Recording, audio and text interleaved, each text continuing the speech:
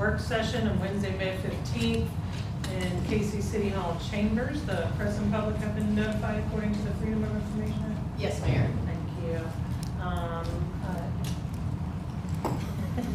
Thank you. Will you lead us in our invocation? Yes, ma'am. Pray with me, if you please.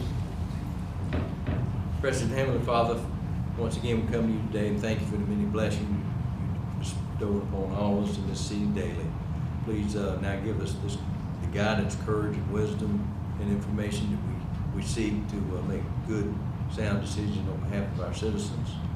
Please, as always, be with our first responders as they lay it on the line every day for each and every one of us. We ask all these things in Jesus' name. Amen. Amen. Please join us for the Pledge of Allegiance.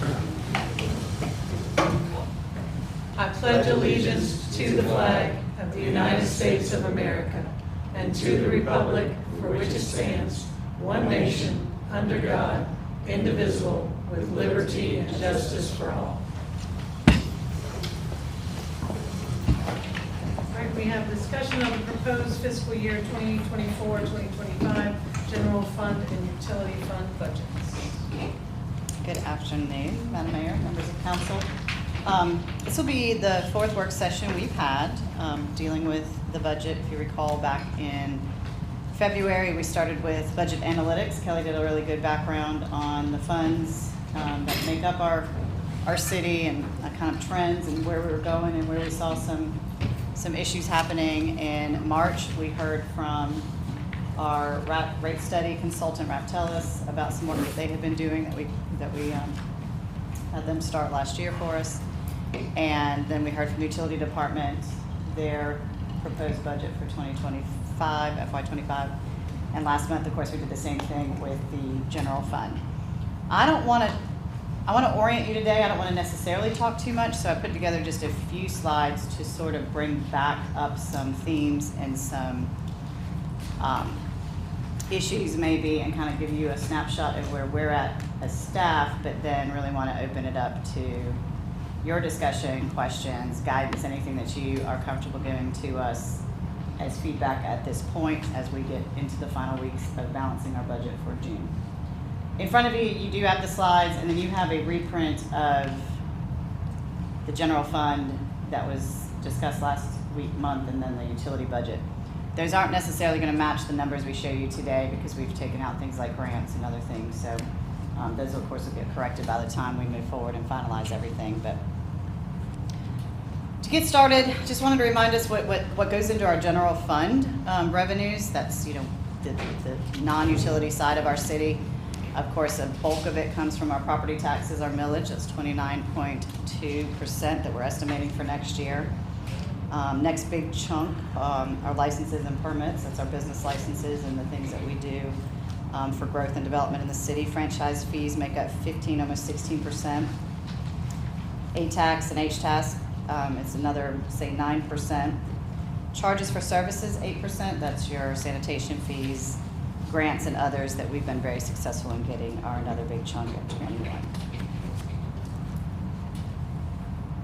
Reminding us of our challenges for this year. For our general fund, we do have some flatlining revenue issues. We have a lot of increases across the board that have continued to happen throughout everywhere. We're not the only ones experiencing this, but retirement increase of 1%, health insurance increase of 11.8%. Difficulties filling open positions. We know everywhere is having that same challenge. So how do we meet that and do that in a creative way and make sure that we're recruiting the best as we've always done? Other inflation considerations, increased costs. Everything today is more expensive than it was last year, which was more expensive than the year before, and so on. We do have an increased need for some capital purchases. There's technologies. We are always trying to keep up with that. Y'all are very supportive of it, making sure that we do that, but there's costs included in that. And then, of course, space limitations at City Hall. We won't really address that today, but it's something we need to have our eye on for the future for sure. As you move to your next slide, what I wanted to kind of get you to, I guess, the point or where we are today as staff, the best that we can do. We have balanced operations of the general fund. We can propose that at $17.9 million. That is bare bones. That includes current staff and current salaries, increases in insurance and other fringe benefits, our current level operating costs, no increases for things that different departments have been asking for, To do that, we do transfer 1.15 million from hospitality tax. That's normal. We do that pretty much every year. And 2.15 million transfer from the utility fund, also normal. We do that every year. There's been a lot of discussion about that externally. Utility fund transfer, that always is. It's kind of a hot topic. City of Columbia did us no favors with that a few years ago. But that's been our normal standard. That's what we have transferred for a while. We have researched what other utility providers do, if that's of interest to you. West Columbia transfers about $3.5 million on a much smaller budget. Town of Lexington does about similar. So we're sitting at a good proportion, I think, of our transfer. What this bare bone budget does not include, requested departmental salary increases. You've heard from a lot of our general fund departments a desire to increase their salaries for recruitment and retention. Does not include a cost of living increase. We put down here what 4% would look like. That's what we gave last year. Elimination of the bottom 2 pay grades. You know, we're on a pay grade system, just much like state and federal governments are. We, as staff or as admin, would like to propose eliminating those bottom 2 pay grades. That would mean our minimum salary starting out for the city would be $35,600. That would have an overall impact to the budget of $64,000. Operational increases that different department directors have asked for at about $168,000, and then it includes no capital, which everything that was presented to you in the last workshop equals about $3 million. A lot of that can be done on a lease purchase. We do that quite frequently. Of the $3 million in capital, $2 million could be lease purchase eligible. So if you do nothing to your budget, to your revenues, we can do the top half of this slide. We can turn the lights on in July, and we can operate the way we are operating today. What I wanted to do next was talk through your revenue sources, things that you do have effect over, things that you can impact. We talked a lot about the millage over 2 presentations. Kelly does this probably in her sleep now. She's a real expert at it. We are sitting at currently for the city of Cayce 58.10 mills. The value of 1 mill is $67,914. She went into a computation for how that's calculated. You see here that this year we think we can increase our mills 2.394. That's based on inflation, and they're still waiting on the population component to be added, but that's probably where it will land. You know, we can look back 3 years at what we have or have not raised, and so doing so, we can add another, 6 mills to what we can do this year if you take the full amount from the last 2. So the most we could raise our mills is 8.34. So what does that look like? To the average $100,000 home, if you raised 1 mill, that would be $4. If you went the full 8.348 mills, that would be $33.39. That's on a $100,000 home. A little bit more if that's your second home and not your primary resident with the 6%. The chart on the right side of your screen shows you the impact to the city of going up those mills. So if you went up 1 mill, as you know, that would be worth $67,000 to us. If you did the full 8.34, that's almost $600,000. So they're just options and things for you to consider as we look at balancing. I put this chart back in here. We talked about this a lot in our first work session. I think it's still very intriguing. It's something we need to be thinking about for the future. Obviously, we can't do this today, but I really want us to be focusing on how we can increase the assessed value of our city. One of the ways to not have to raise your millage is to raise the value of your property. And we're hovering there at the top of that chart with the value of the assessed properties in our city. And if we could start to increase those values, a couple of you have asked me over our last few meetings, what my goal would be for the future, and this would be it. Because then you can start to just get more off of your properties versus raising your millage. Other sources of revenue that you have impact over are the sanitation fees. We've shown this chart a few times now. Just a reminder that we're charging $13.50 a month. These are some comparisons. I'll note that of these comparisons, you've got a variety of different settings. Some of them are third-party vendors, so of course they're charging 100% of that to the user, and there's probably a profit involved. Some of that are municipalities like us that are probably a combination of millage and sanitation, but it just shows where we sit as a fee at $13.50. We went over this too earlier, but I've had some questions since, sort of like historically, what have we done? We charge a sanitation fee, frankly, because we can. It's a service that the state says we can say, here's a fee in lieu of taxes that you can directly charge for. That's why we do that. Historically, this is the new information. We started this in 1999 at $1.50 a month and have raised it pretty incrementally, but very slowly. Our next increase was in 2014 to get to where we are now at $13.50, which we've been charging since 2017. There's a lot of discussion externally, and I've had with some of you all the concept of charging it through the millage or charging it as a fee directly. Obviously, there's pros and cons of both. The pros of charging the sanitation through your millage would be that you would actually have higher revenues because that would be applied to every single property, every single car purchase, and so forth, and also that there wouldn't be an additional fee that I think our residents are seeing. Pros of charging sanitation through a fee, however, is that citizen would probably be paying less. There's no variable. They're paying for the service. They're not paying based on the amount of their property. And you wouldn't be affecting folks that don't use the service like businesses, because businesses would be a part of that millage and they don't get our service. Showed you this slide before too. Just a reminder that at $13.50 a month this current year, we're funding a little less than half of that department through the fee. So 9.44 mils, that's your bottom column, are being used to supplement at $605,000 the rest of that department. In the projected year, for the projected budget for that department at $1.5 million, if you stayed at $13.50, you would be taking even more of your mills to supplement that. $11.59 would have to be used. So we looked at two options to present to you. If you were to try to get closer to a sanitation fee only system, and that's just a discussion for you all, you'd have to charge $27.21 a month for that, and then that would free up 11.59 mils. If you're trying to do a millage only, Councilmember Sox, you asked me this figure. To fund $1.5 million, you would need 23 mils to do so. So that would, you would need an extra 11.41 mils to do 100% millage coverage of our sanitation. And we only have 8.34 available. Other sources of, I guess, income for you to use, not truly revenue that you could affect at this point, but of course you do have an unassigned fund balance. We've talked about that a few times. For next year, that's estimated to be or for this year, we think we're going to land at 9.243 million sitting in that account. That's unassigned. So your general fund, I would just say, I want to open it up for discussion. We're going to do something similar with the utility fund, but we got good stories and we got bad stories. I think we all knew we were going to be here, but staff's done a great job of looking at how, if nothing else changed, we could operate, but it wouldn't be pretty, and it wouldn't be doing a lot for the departments that have asked for certain things as they move into the future year. So happy to try and answer any questions, would like to discuss.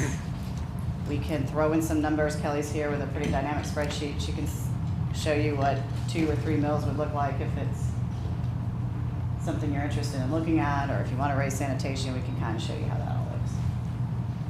Tracy, can you, on slide 4, you mentioned the utility fund transfer. What are the numbers? You briefly went over them, but WECO does what? West Columbia has, by memory, but I think I got it right here.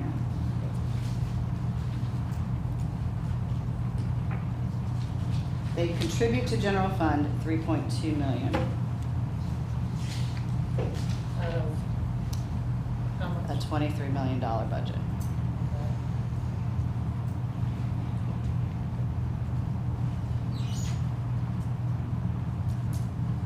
And I can send you all those sheets. And the town of Lexington, remind me, I didn't bring that one with me, but I think it was somewhere in the $3 million as well. I was trying to look for that. I can't Yeah. find it.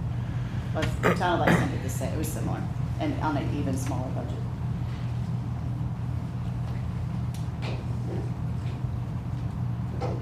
And I think that's an important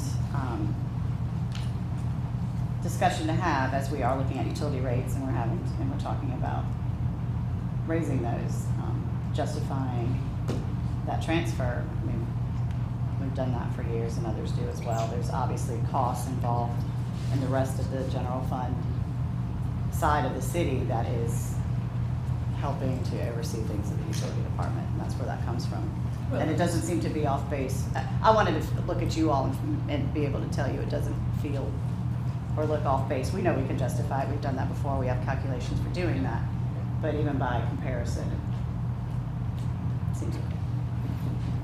Yeah, so I mean, just for the general public to understand, that's utility fund budgets over here, but like you're Mhm. not paid out of that. So it's that kind of thing that balances out, just so, The use of HR, the use of finance, Right. fleet management. yes. IT. So all of those things, it's a balance, but we're still more responsible about it than surrounding municipalities. So that's great. And I'll show you those samples we need to. Well, does anybody know, well, okay, another question, slide 7, what's the, I think y'all had that slide, maybe when you did the budget analytics, what's the assessed land value in West Columbia? You had that comparison? They're 99. Aren't they 99? They're on the upper end. That was strategic. So you see how much value we add to our tax line. Okay, on slide 7? Mhm. Oh, I see it, I see it. With every incremental increase in assessed value, if we just kept 58.1 mils, we would be generating a lot more revenue for us. So we're at 64 and they're at 99? But yeah, we're at 67, but it's the closest comp. Yeah. Thank you. And then last question I had was, does anybody know what the inflation rate is this year? Inflation. 4.12, don't quote me. I do think I saw Something like that? 4.1. Yeah, okay. Okay, thank To you. get the point one two. Yeah, though too, if that's helpful. Thank you.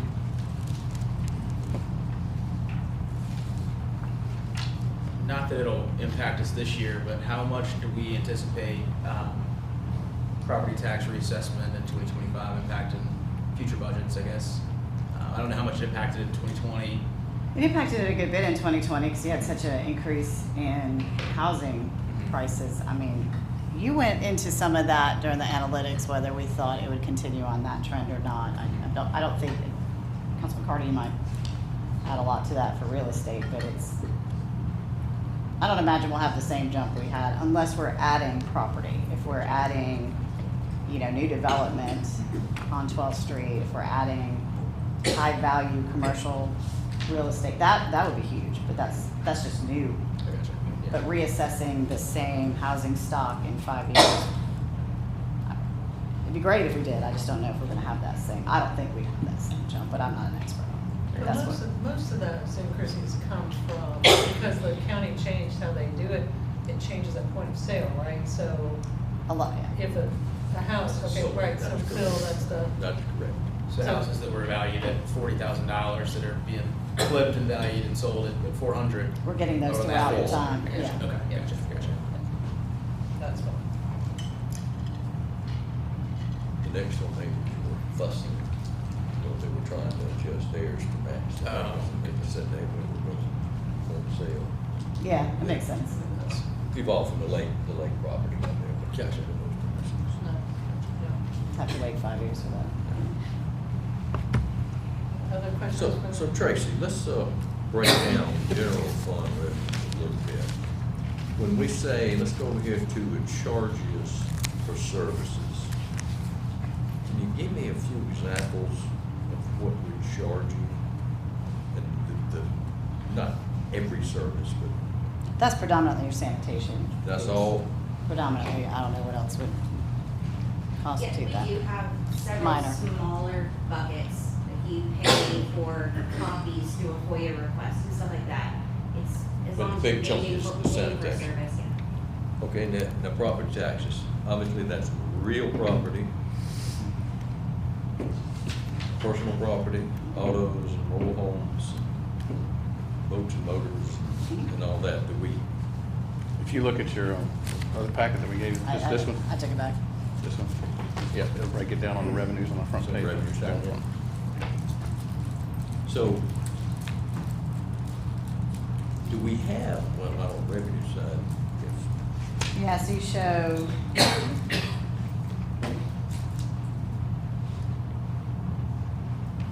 sometimes when we do a budget, well, we feel like we do it wrong.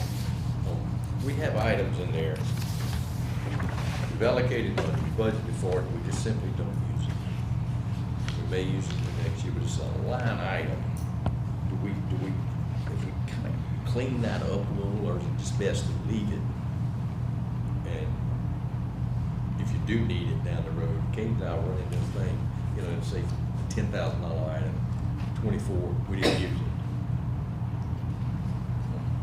Being too vague here with you? If you're like, It'll roll over. if it's a project you approved, Yeah. you know, say it's a study, and that things that take a while sometimes to get done in a year, then, you know, that gets started and it's rolled over. It's not asked for again, but it's funded. It's been allocated, assigned, and set aside. Well, I mean, Is there here's- another example? I know Kelly, you guys look at every item. I mean, here's one just off the top of my head, I won't read the code number. $10,000, we actually use 4,700. Of course, no, I get it, but do we make an effort to clean up every Oh, little every year, yes, we look at Every our little- usage.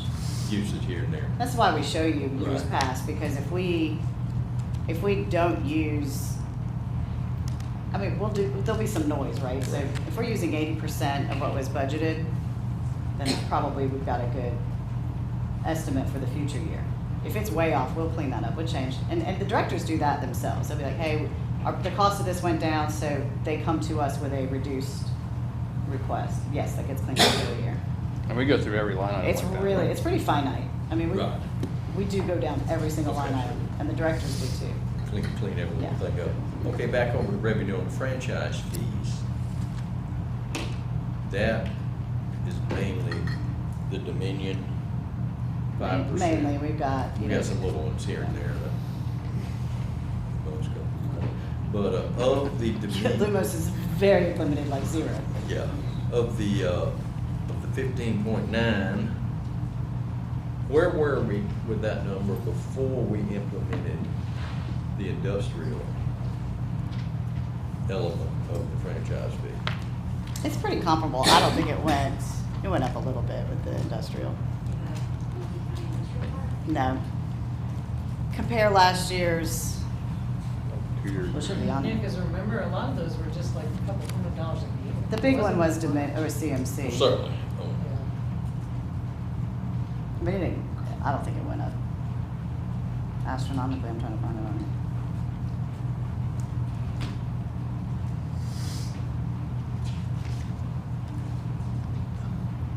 The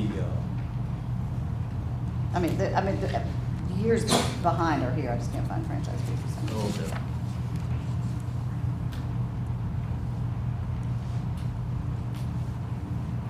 Are you seeing it? Oh, where'd it go? Well, It's I don't gone. see it either. It's go- Yeah, we can get that for you. I don't know where it is on there. But it's not a significant amount of that 15.9. Right, because I think as the mayor mentioned, I mean, you had one user that had a lot, but we capped them at 250. So Remember if there's you a cap. carve that out, it really is insignificant. Not insignificant. I'm not gonna call it's anything insignificant. Minimal, it's a minimal impact with the 5 or 6, however many they were, that we picked up paying franchise.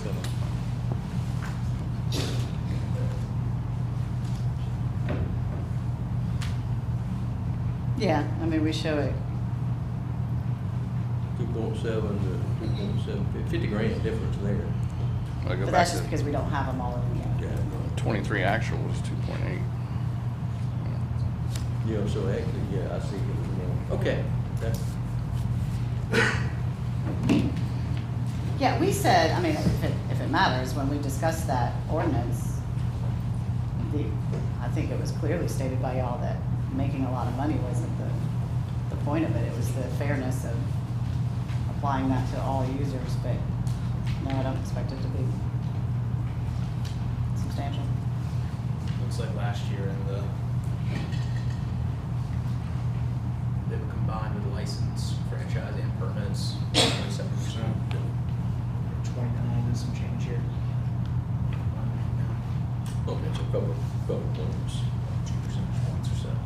So back to what the mayor was talking about earlier with the transfer from the utility, that's pretty much, and you said HR Tracy, Fleet management. fleet management, Shared cost. resources inside the office over there, IT.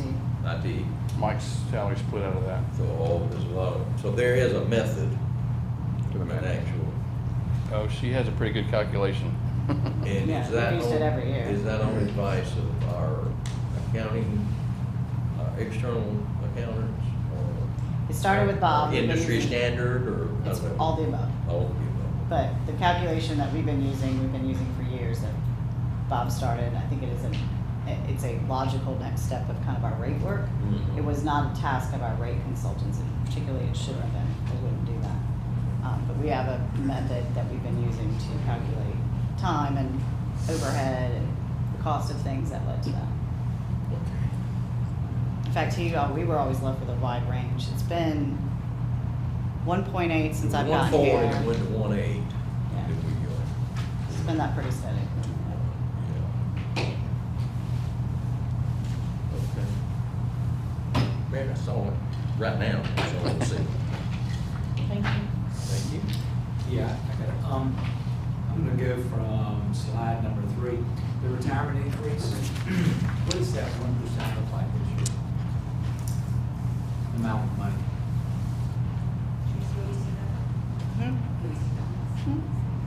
So it looks like the state did pass a budget that did not call for an increase.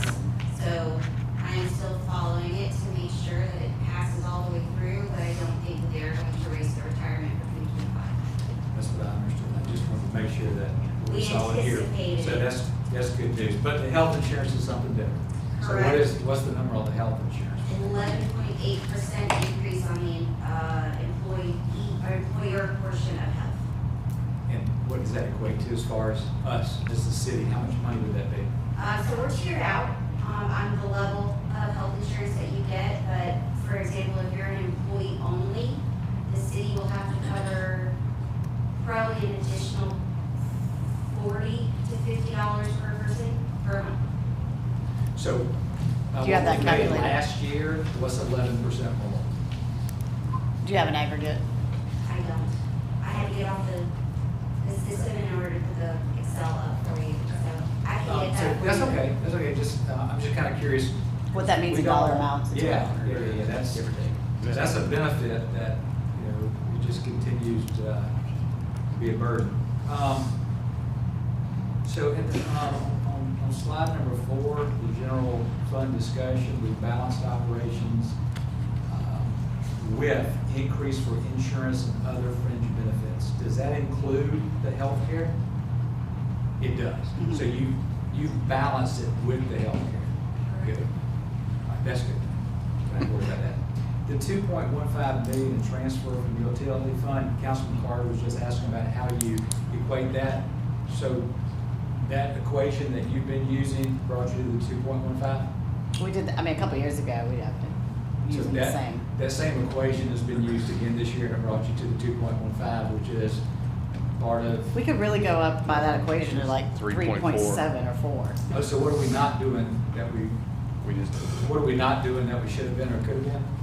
Being very conservative. We're just being conservative in what we transfer. And looking at the It's a utility choice. side of the budget too. So the utility budget's got to afford that transfer. So give me a conservative, I'm just trying to grasp a hold of that. So we're not taking enough out of utility to cover somebody's salary in the past? That's what I'm saying, is we've always worked within a range based on what we put into the hours and times and the assessment of how much Jamie costs and all the stuff that we do. So, And Millhouse asked us to be that conservative, or we just chose to be that conservative? no, he never said we should be that conservative.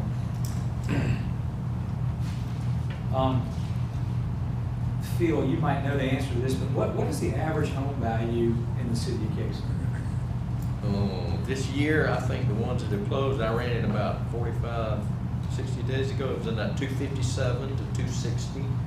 So when we're looking at slide number 6, I just want to call attention that, the mills are rated there as 100,000, but really and truly 4% would be on what Lexington County values the home at, correct? Yeah, this is just a way to But I'm easily just saying, measure it, so- but you so would these- probably these- double it for the average person, yes.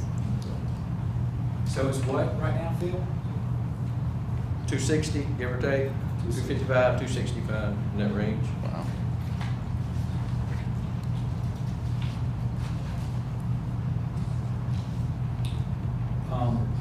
And it just struck me whenever I looked at slide number 9 about the sanitation fees and and how that was incorporated. I think you and I were talking the other day, Tracy, about how it got started years ago. Was that an ordinance? Was it signed off? I mean, was that something council passed that we could go back and read and say, what was the purpose for this years ago? Yeah, Okay. you have all that. 1999. I had to pull all the What was that, minutes. who would that have been? Avery? I don't know who the mayor would have been at that time, would have signed off on it. But then, nothing ever came back before council for 15 years about that. So the 1999, the $1.50 was for capital. It said in the when I For read capital. when I read the white paper. So that would have been the trash cans and whatnot that we were talking about. Yeah, Right. makes sense. But no capital or anything ever got addressed on that for 15 years? Never saw it. But it's a fee, so that has to be done by ordinance, I mean, it's done as part of your budget discussion unless you did it in the middle of the year. But any fee you pass is an ordinance in your budget, Okay. via your budget, because your budget includes a fee structure too. Thank you.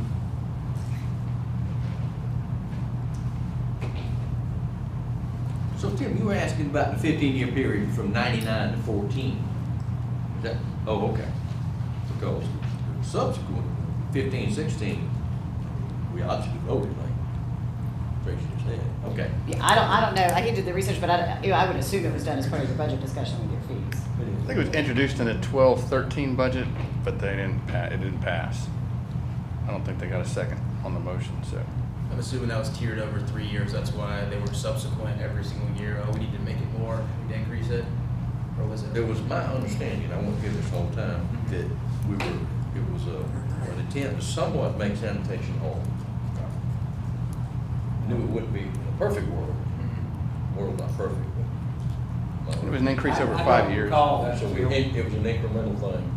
It was mostly after I took seat 4. Oh, A you're lot talking of about, it you're talking about, all right, what I'm going back to is 1999. That I How was know, it put in yeah. place to begin with? And you answered the question because it was capital. For capital. And I recall back then, it was because the trash cans were so expensive and there was something dealing with that. But the point being is that nothing whatsoever for 15 years ever went back to that. So that's why I'm saying the incremental step, I don't believe that was why it was initially put in 1999. If so, why did we go 15 years without incrementally stepping up? I see what you're saying. Yes. Right. Yeah, I've inherited an assumption that. Matters at all, What's that, Mayor? I'm not sure, what does that mean? How does that matter? Well, because the discussion that Tracy and I were having was, do we try to get this to be able to cover sanitation? I don't believe that was the intent at the very beginning, to cover sanitation. I'm glad you asked the question, because if it was to cover sanitation, in 15 years it never caught up with itself. But now, and during those years, it was pulled out of taxes to be able to cover sanitation. But now maybe now what we're looking at is trying to cover sanitation with this. If so, then it's different than 1999. Well, I think, weren't you on in 2014? Weren't you on council back That's then? okay. That's what Phil was just talking about. Yeah, that was 10. I got 15 when I came on. That was his. So 2014. He might have did one budget there. Yeah, so that was when Rebecca brought it to us and said, we need sanitation to pay for itself. Right. And that's good budgeting practice, businesses do that, with, programs or service line or whatever pays for itself. So when you were on in 2014, that's what we voted on, was to try to put that fee on to be able to have it pay for itself. That's how it started in 2014, I can't speak to 14. 99. Okay. Yep. So if that is the direction we want to go to, then I would say that we just are that we put a plan together. What's it going to take to get there to do that? And then we put that in. I know that we can't say what another council is going to do in 5 years, but at least have a plan. And I think that's where you're heading to right now, is to try to have it completely covered by. That's what I inherited, that's what I've been talking about. We haven't raised it since I've been here. We did propose it last year. I was about to say that. Cost. I was about to, yeah, so Phil and I are on the same wavelength, but we really were almost there at one point, where the Cost. fee covered the Crazy cost. cost. Well, And things then like you have to trucks. get a new Fuel and truck, trucks and it's and all like, that. oh my gosh, those things And all are that. so expensive. Poor Thomas's roll cards almost doubled. Right, right, Right, right, yeah. yeah, trying to get roll cards out It there. is it's an expensive Yeah. enterprise, and Yeah. correct. I mean, if you look at the history, which was helpful to do, you can kind of see both points.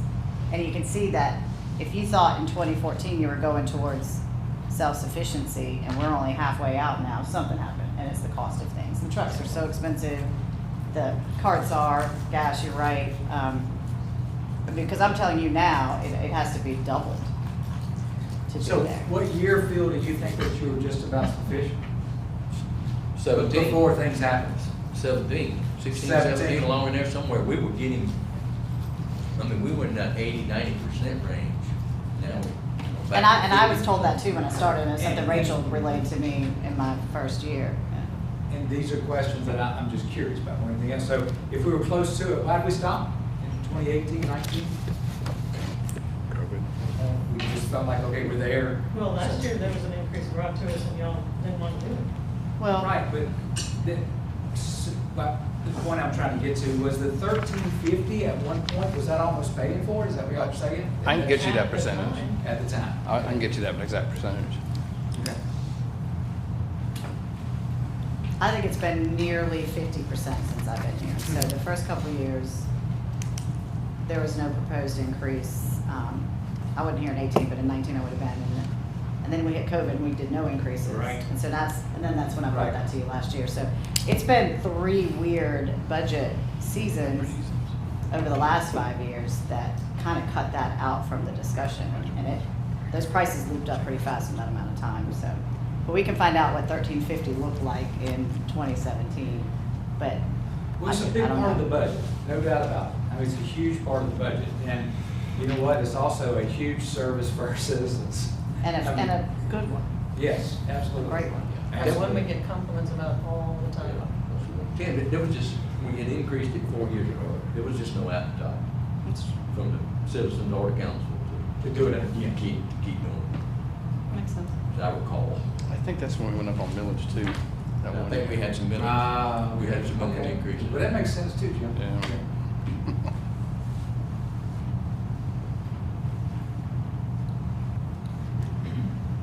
What else? Well, Jim, question in regards to sanitation, do we have the funds to replace all of the city's recycling bins? I think something we talked about earlier today. It's in the external, sort of, we have all operations, and then the little extras are over here that have to come from the fund balance, or if we turn around and when you want to increase fees or millage. So that's one of the options. If they funded it at 100%, no, it would not replace every cart. That's just not that's a capital item we haven't Okay. conceived of. But when But did it that could, start? but it would be on a trend to start to do When did that. that start for, because I've started to see some of the recyclable roller cart bins, because I still have the carry out ones. So that was the last year. Last Well, year. last year we got a pretty good hunk, We got a yeah, grant. grant. We got a grant. Okay, We got it okay. first. So those grants is the same amount of money. As the road cards increase, we get less and less road cards every year for that same amount of money for the grant. Gotcha, So okay. at 35,000, we used to get a lot of road cards. Wow. But now over the past 5 years, we're still getting at 35, where now we're getting less and less of the road Do we have to cards. match that 35 or just? No. No, there's Oh, no okay, match. okay.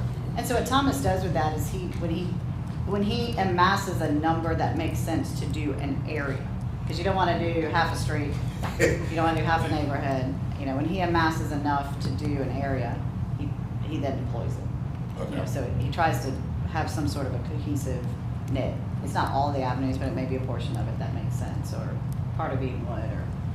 Doing Yeah, it, he did it, yeah. he did all of it. So sometimes he's collecting those and amassing them so he can put them and deploy them in a meaningful way Yes, ma'am. and not a controversial way. And then what do we do with the old ones when they replace them? Do we? He parts them. Can they be recycled? He saves the parts. Yeah. Oh, just say. Yeah, so if the wheels are good off this one, he pulls the wheels off and puts them on, and they're on an axle or a. And I'm just gonna tell you, our folks stop and fix carts. Mm. I had to beg my service to come fix mine after a year of asking. And you don't win a picture. Yes, we know. I regret that, but. How much, do we make money off recycling? I mean, I see it as a line item, but it's like. No. $4. It costs us. It costs us money. When I say make money, I mean in the sense of like, when we take recycling off and haul it off, we aren't collecting any dollar It from it. used to be. There was a It time used- Yeah, it used to When be. it was a profit. But really, it's when China stopped taking the world's recycling, Yeah. then everybody stopped making money. So there is a collective mindset and capital focus on how do we take all this recycling and do something good with it. But currently, I mean, that's why we took glass out a couple A couple years ago, that's been since I've been Because there. it does cost us to recycle. Gotcha. Is it still better to Yes. do that? Yes, but, you know, I think it's, at Sunoco, it's like 80-something dollars a ton now. That's why we had to quit collecting glass, because it was so heavy. Well, a lot of those companies are going back to and really investing in clean and recycling and the circular economy. So hopefully that changes in the near future. Yeah, but they all still charge for it. Tires, they recycle them, but they charge us for tires. I mean, we got, think about all the things we do now that we didn't do then. Electronics, white items, tires, mattresses, all these things are vast charges for. So but going back to my original question, so Jim, if somebody moves into the city of Cayce, let's say their house doesn't, for some reason, have a recycling bin, they have to pay for that, correct? We have other ones that they can purchase. the roll cart or the. Oh, just any, just any. Roll cart we're gonna give you, so. No. He's talking about the recycling roll cart versus the recycling. Right, you're not gonna get a recycle roll cart just yet, until we can outfit them all. But Gotcha. they could purchase a bin, which is $15 now. Can you jot me down for one of those? Sure. Thanks. Want to give a check or? Check or cash. There was a time when our recycling truck had compartmentalized. We separated it in front of your house. Oh, wow. You pulled the newspapers out, ain't one here, Oh. plastic went there. Okay. And we, again, it was a revenue enterprise. Now I'm talking way back, way before all of us. It wasn't that. no. We went out. That long. But If we get grants for the recycle bins, and Thomas selects a certain area, he'll give them out. And I sent him one the other day, that was a new one we hadn't gone for before, so hopefully we can get them all switched out. But there's a cost on those, bins are expensive. I know you have a request, but. And that is a pass through. We don't make any money off of recycle bins or anything, so. That we provide that service, for that recycling service to them. I wish we went back to, just want to see them all separated out. Or single stream. Mhm. What It is a else? very expensive charge to do that. Labor's dead. Oh, yeah. Can you imagine going through those every day? Anything else before we move on to utility?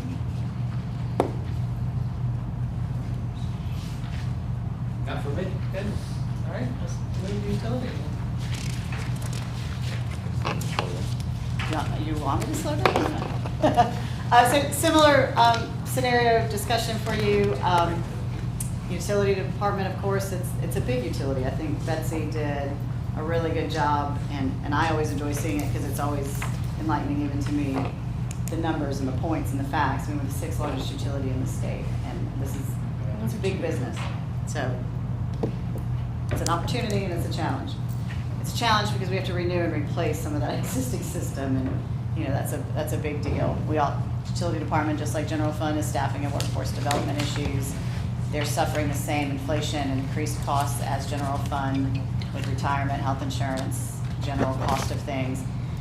Even more so, though, they have very specific increases in costs for the things they need to do what they do. Their chemical supply materials are up. You see there, Betsy went over this, but that's the real basis for the situation we find ourselves in the utility department. Is over years, those costs have just gone up, and we absolutely need that supply. There's no choice. You have to get those chemicals for those things.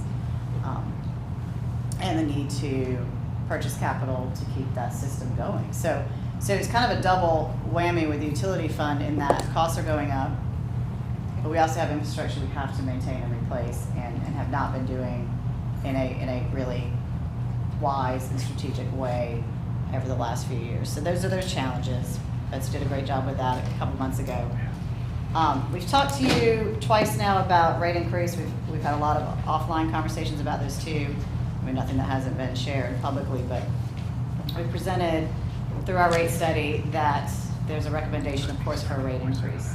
And so staff's making some assumptions here that to balance that operating budget with a 25% increase, we could do something similar to general fund. We could continue current staffing levels, current staffing salaries, would cover insurance and fringe benefit increases, and current level operating. This is the bad, scary news, is that increase has to happen for that to happen. But also, like with the general fund, keeping that minimal balanced operations does not include a cost of living increase for utility staff or capital items that Betsy has presented to you. And you see the numbers there for what that equates to, 2.2 million in capital and 237,000 for a cost of living increase. I've shared all this with you before. I'm not sure that we've shown it publicly, but I think it's really helpful to describe the options that we presented to you, and that Raftellus did as well. So option A that was discussed at length was a 40% increase in the next fiscal year on water and sewer. And you see here what that means. So currently, an average typical user of water would be paying $30.67. It would go up to $42.94. You see the increase in sewer. So the impact to a customer in year one at 40% would be $22.46. And then from there, you can typically just raise it, you know, your CPI or some modest amount. We just, for the purposes of discussion, put in 5%. But that could be calibrated every year as well. So as you see the funds and the revenue funds, you know, spike up, you can start to bring that back as well. Option B was a little more modest in that first year, so 25% in year one, 2025, and then a 20% increase in 2026. So you see how that plays out. It's a $14 impact to the average user in year one, also a $14 impact in year two, and then we're hoping by year three that gets us caught up and you can start that general 5% rate increase.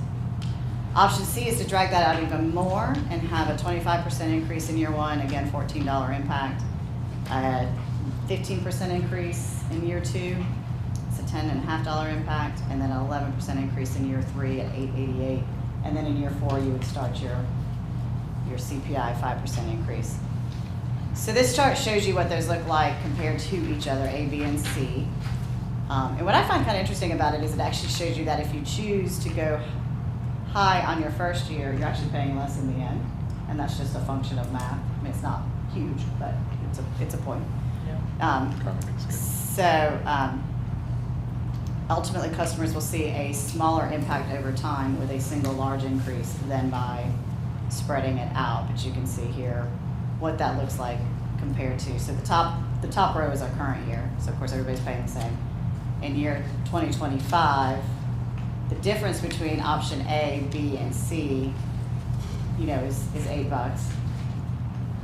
In year two, the options, you know, they get closer together. So your overall change between choosing 40% in year one or choosing 25 and then 20 is kind of modest. So I think that chart's really helpful in understanding that. Again, that's for the average user. You know, so that's your funding source for utility fund. We did the same thing. We just went through those with your general fund. But for utility fund, you have those rates, water and sewer, and we spent a lot of time discussing those rate increases. We are asked a lot about utility reserves. These are your numbers here. You've got an unrestricted net position of $3.8 million, a capital reserve of $838,000, capital equipment reserve of $1.4 million, water and sewer capacity investment of $5.2 million, wastewater renewal and replacement of $4 million. So those numbers you've all asked for. Of course, they can only be used for certain things. So as we dive into any capital expenses that you may propose or suggest be used from reserves, we'd have to make sure we found the right fund for that. So again, I just wanted to orient you to the challenge, tell you how we propose balancing very minimally. Again, not a pretty picture. I mean, one, you've got to go up on rates, and two, it's not getting you really far ahead at that minimal rate increase, and you're not doing certain things that the department director has asked for, such as COLA and capital, but there's ways we can slice that cat. So opening that up for discussion. Tracy, so option B, option C, what account would that be coming from? wouldn't we be taking some money to kind of cover some things you talked about? Or we wouldn't be taking any reserve money to cover anything, that's just straight 20? Okay, good question. So option A would cover operations. So if you went 40%, you'd be covering operations and almost all the capital Yes, ma'am. that's being requested. And you're setting yourself on a trajectory for greater revenue growth. If you go up just the 25%, but you want to fund the capital that the department directors asked for, it would probably come out of that unrestricted net position. But Okay. depending on the actual item, it could maybe come out of those other funds as well. So it'd be a variety of these depending on the item. Yes, ma'am. And that's for capital only, so Okay. I want you to, if you agree to 25%, we get operations going, but if there's capital items we choose to fund, it would be a variety of these sources. that we Okay, fund. gotcha. Okay. If that's your proposal. Yes, ma'am. So I just want to start out with a kudos. I did not know we are the 6th largest provider in the state. I said that right? That is absolutely cool. I mean, kudos to everybody sitting over there. Betsy, that's like, you're the bomb. She may not always feel like it's cool all the time. It gets ball. You know. But no, y'all, it's a big business. That is really awesome. Yes, so Betsy, HR, the whole public safety team, I know y'all are all involved, and then Mike, Jim, Tracy, that's good leadership. So excellent job, because it's not just the 6th largest in the state, it's really good customer service. It really is. That's Betsy. Yes. Who's hiding over there? Okay, so I have one question, and I'm not sure, it might be a Betsy question, but, so sludge, for those of y'all remember, we only got into that because the state begged us to, gave us $1 million grant, said, get it up and running because you have all these dysfunctional sludge, sites around the state. And so y'all do it, but if it's really that much of an increase, 264%, I'm assuming that means we're not covering costs, or are we? We are covering costs with the receiving station, yes. Say it again now? With the receiving station, we are covering cost. It's a separate Are we increase. making anything? This year, we have, yes, we have made some, yes, Okay, so even with that big of an increase, we're making something? yes. Okay, I'm just gonna go back to. For that one, for that one department. Back to kudos, that one section. Yeah, for that one department. Right, sure, but I mean, if It's it at was, least paying for itself if and it then was some. going up that much and it wasn't paying for itself, then we were absolutely going back to the state to say, thank you, and we're out. Yeah. And I don't think that's not a bad conversation still to start, because it's just, they need to know that this is still a service for them. We're still providing it, and we can't get closer to that tipping point of not paying for it. Yeah, if we're anywhere remotely close to that tipping point, I'd love to have that conversation. I'm happy to help, so y'all just let me know. But Good point. amazing, okay, good. And adding to that, though, is we did make some improvements to the receiving station in the last couple of years with a bond. So it's been improved, and that's, the state will say that's part of their efforts to keep it going and keep it going well. And it's been able to do more and pay for itself because of some of that. And Tracy, just so everyone's clear, the public's clear, if we don't do any increase, we won't meet our bond? Yeah, one of the biggest issues with that budget and what's included in our operating is meeting our debt coverage. And you really don't have a choice. You have to meet that debt coverage. And it opens you, it allows you to take out more bonding. And that's the point, is we have to grow, or we have to replace big things, or improve the plant. So yes, that's a non-negotiable. The government will come in and basically take over the system at that point. And that's it, it's just That's a taking good care of our question to system. ask, and to clarify for the public, that there are times where we don't have a choice. And I think this council has always done a good job of being thoughtful about increases. We have not, at least under my tenure, had a history of, we are careful about how we raise, but we don't not raise, because that's a bad idea. There's no business out there that is in business that doesn't raise, to cover their costs so that we can function, but we've always been very thoughtful about it. So yes, if we're in that position where we have to, because inflation is insane and everybody knows it. We can't have people think we're magical and that, Yes, ma'am. you know, it doesn't hit us. I mean, good golly, the chemical increases of 150% in 1 year, that's insane. You know, and even the sludge costs, I mean, all that just, it's, you know, I think we're doing phenomenal navigating what we are with all of those increases that are out there in the world. What I like to brag on is what Betsy's crew is able to do a lot of these repairs in-house. I mean, you gotta look at these guys that are in these sewer holes, sewer line breaks in July. They're not complaining. They're getting down there, burping out pipe, putting new pipe in. So we can do a lot of that in-house without paying those, you know, contractors to come in. Well, Tracy and Betsy, your team rocks. I want them to know that I really appreciate that from the newbie. All right, this is a two-part question for you, for Betsy or Tracy, and then council. Since I wasn't here last year, did you recommend an increase last year?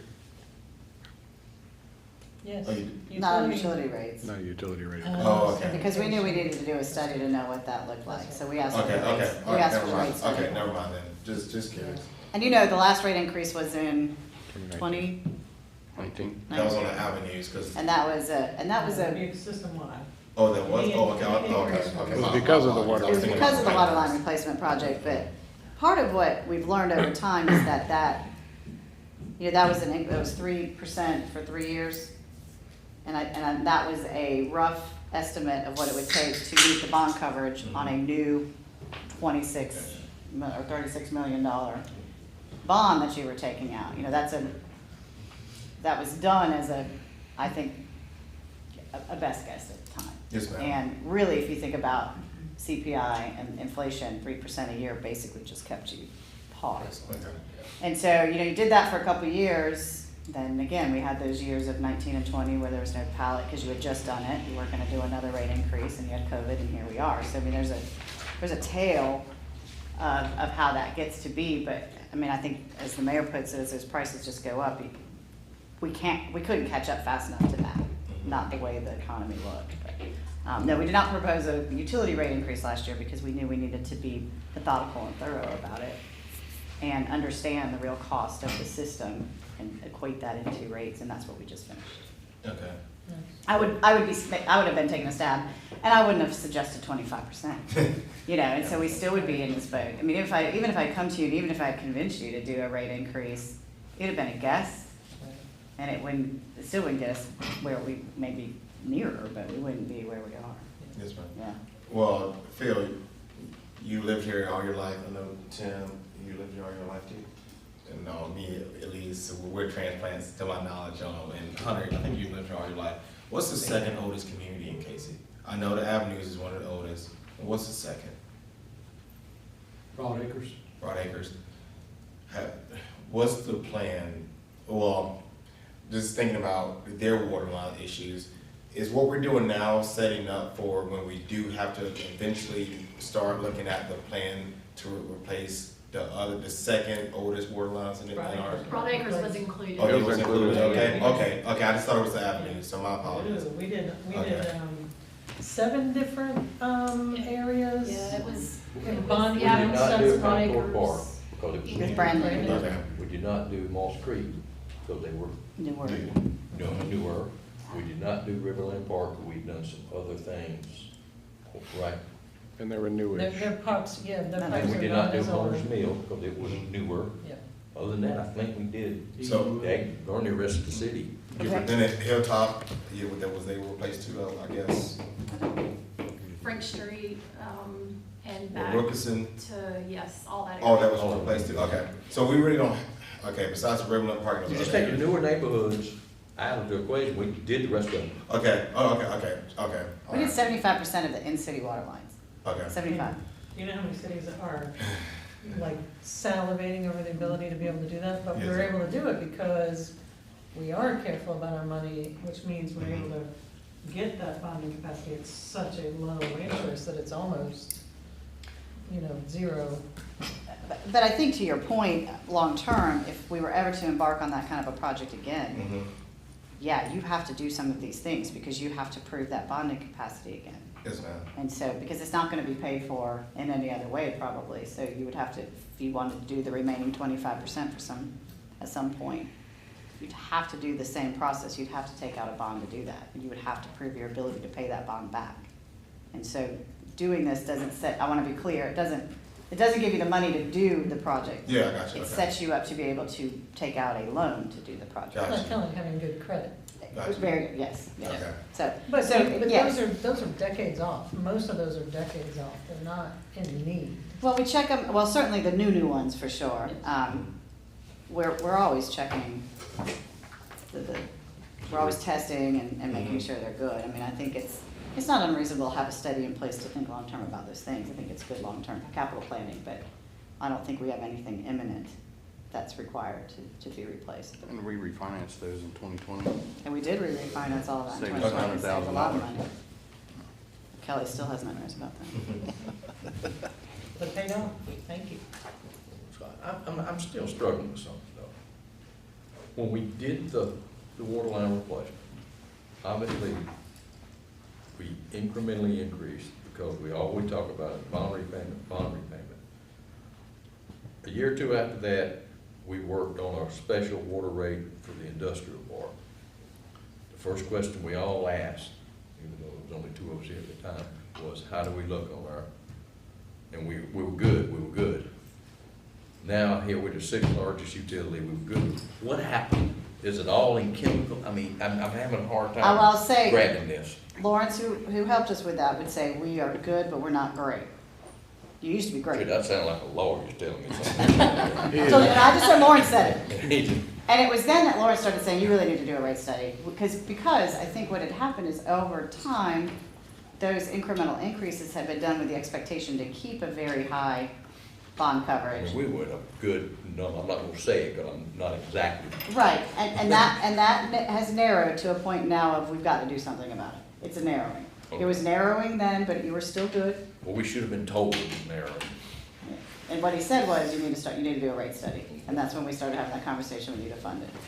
Because as our bond counsel, he was becoming less and less comfortable recommending approval of things because of that. That was the trigger point, you're right. No, good, thank you. How do our rates compare to those 5 larger systems? Do we know? We pulled some of that, but we pulled more local stuff. Yeah, We I went appreciate the local local stuff. I stuff. know Most usually in local. context that matters the most, but just out of curiosity on those 5 others that are larger You than don't us, and happen to maybe know anything about that, do you? the 4 that Most are. of them are gonna be higher sewer wise. I mean, that A little applies smaller to than sewer us. only, but I don't know exact numbers. Yeah, Betsy's quite sure they'd be higher, but Yeah. we can check that. Okay. And this might be something that kind of tags on to, I think, Councilman Thomas's first question, but are we able to use any of the unassigned fund balance to offset that year one, or is all of the unassigned for general? Is there any way to consider? That's just unassigned utility. Okay. Both. Mm-hmm. Right, but the one you're looking at. Yeah, I don't know if you're in here. Right, on yeah, this. I'm talking about the one Yeah, from back here, yeah, that one. I got you, I was Yeah. thinking about just the. If you unassigned do, we talked about earlier. All right, so if you do 25% in year one, it covers no capital.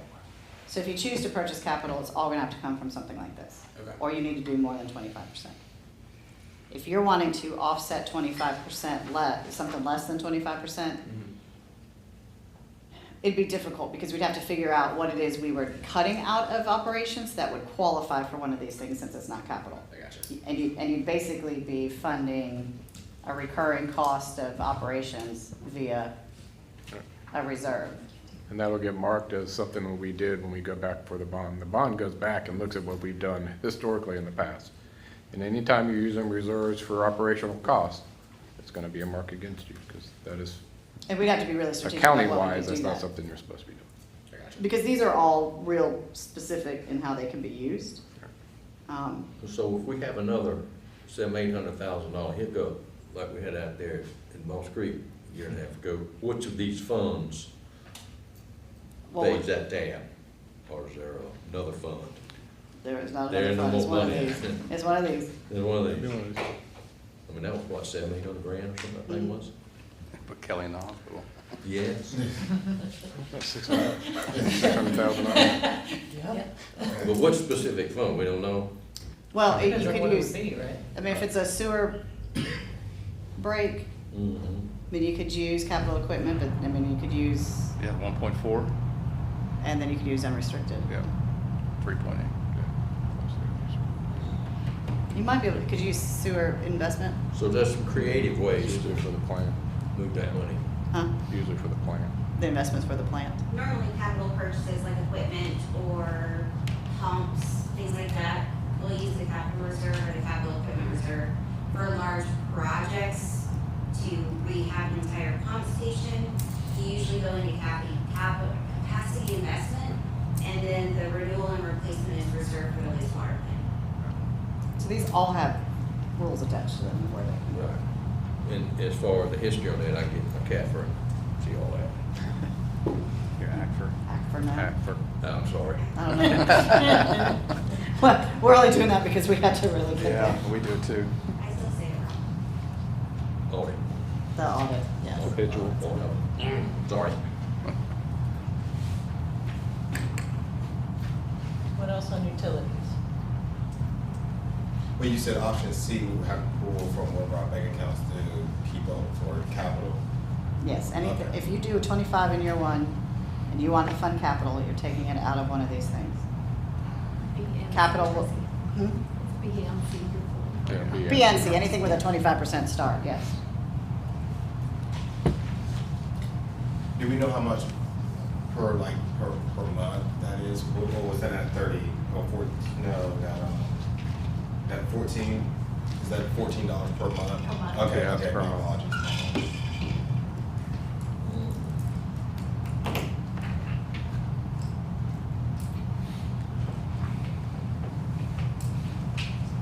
What else on utilities?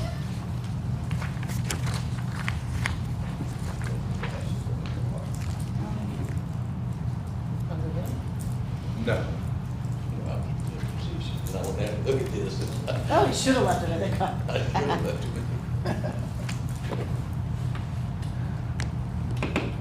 Okay, if there's nothing more there, I did bring you some things that I know you've asked for. We've got some annual leave research for the request that we presented to you. I didn't think we necessarily have time to go over it. I was just gonna leave it to you as info. I've got some blow-ups or more close-up of the sanitation fee discussion and what it looks like millage versus fee. And then I do have, I wanna leave with you too, we have outside agencies that request funding from us every year. CMRTA, we wanted to look at doing Main Street, River Alliance, Congaree Riverkeeper, transitions, and Keep Midlands Beautiful. So those are things that feedback would be helpful on too as we look at funding some outside agency things as well. But And you really want from us right now some general guidelines to put together that first, for the budget first reading. Yeah, I do remember, yeah, you kind of it's said. help, I mean, otherwise we don't know. Well, Kelly, can you, I'm sorry for going backwards. I'm just curious about the whole recycling. How much would, if you could put that into your spreadsheet, are you able to do that? Recycling revenues, recycling. Like with the bins? The roll cards? Yeah, roll cards. Well, they're in there. We have them in a spreadsheet. As far as being able to purchase them? Capital items. Yes, ma'am. Yeah, they're included in our yeah, we capital always put items. those in. Oh, okay, my bad, I thought you was spreadsheet up here or. Yeah, I didn't know if you guys were gonna do it up there or not.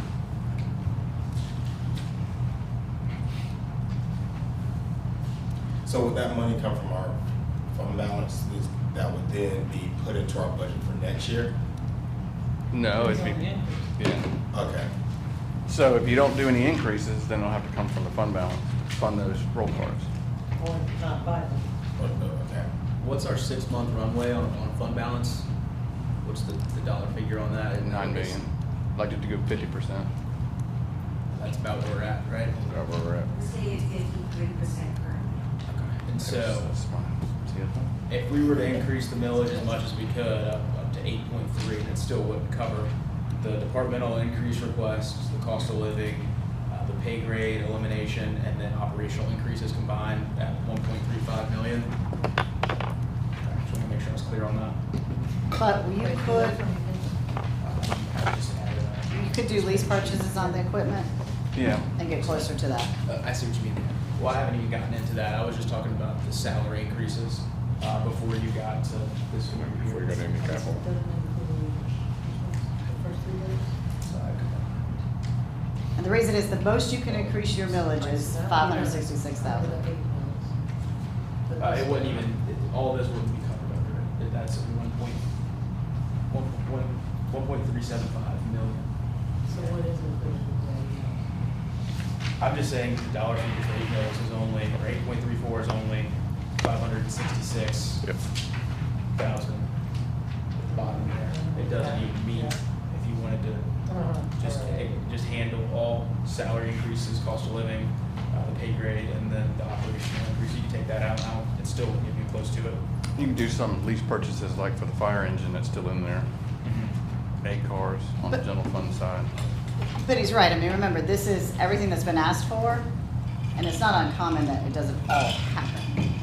But we can't even do it without some understanding of any sort of increase. Right. So, yes, Councilmember Socks is correct. If you did your full 8.3 mils, you would only generate $566,000. That doesn't cover everything on this list. That's not unusual. I mean, we don't fund every single thing every year, but it's just it's a What I was getting at was Exactly. just staff salary increases and cost of living is even more than actually that. not even covered by that. Correct. Just the staff requested increases. And I don't know what all of them break down to off the top of my head, but it's a good thing. Yep. And so Tracy, in regards to the fund balance, just so everyone understands it, when you balance the budget, you know, we do a bare minimum. Is the excess that we have on revenue, does that go into that fund balance? Yes. Okay. At the end of the year. How much is supposed to, if we did a bare minimum, how much would go into that fund balance for this year? 0. Okay. Okay. Sorry. No, okay, That's- just, I mean, that's, and we've had, we've had good years where we did really well through COVID because we were very conservative in our budgeting and we kept things down and then we did better than we thought we would do. And that, that added a couple $100,000, in 1 year to that fund balance. So yes, to your point, when you think long range about this, you do want to be sure that if you use any of your fund balance, that you have a method for building it back up. yeah, yes, ma'am. And there's a couple ways you can do it, all through these revenue ways, and I'm gonna bring it up again, it's this. We have to be increasing the assessed values of our property, Yeah, I because then that will understand. start to bring in extra revenue that you don't project, you don't budget for, and then that can start to go into your fund balance. But So- yes, you would not be wise to use that fund balance and not have a plan for building it back up. Yes, ma'am. So getting new development, getting businesses into these vacant properties, that's how we can do that without raising the millage. Right, and what Yeah. you're doing is you're bringing in more income to the city Yes, ma'am. that you didn't always necessarily project or have already spent. Because we're only gonna spend what you approve. Yeah, yes, ma'am. And so if we're bringing in more than that as revenue, that's what goes into your fund balance. New Well, trucks. And on that notion, and Phil and I talked about this the other day, I brought a solution to this 2 years ago, to get those vacant buildings to be viable. And that does two things, it hits two buckets. It increases that taxable land value by getting cool things going on, making those buildings look better, and, having building owners have great small businesses in there. But the other thing it does, it brings in business license, and then you get the indirect effect of, Tim knows this, the chamber, it's all of the, people who then have jobs and are spending money and grabbing coffee or getting gas or whatever. It just creates this great synergy. That was shot down on second reading 2 years ago. I'm fine with that, but we need some other ideas. If y'all don't wanna do that one, just know that is basically prioritizing about 35 landowners, building owners, over all of our citizens. Wait, Tracy, is there a fear that the business license is gonna continue to dwindle?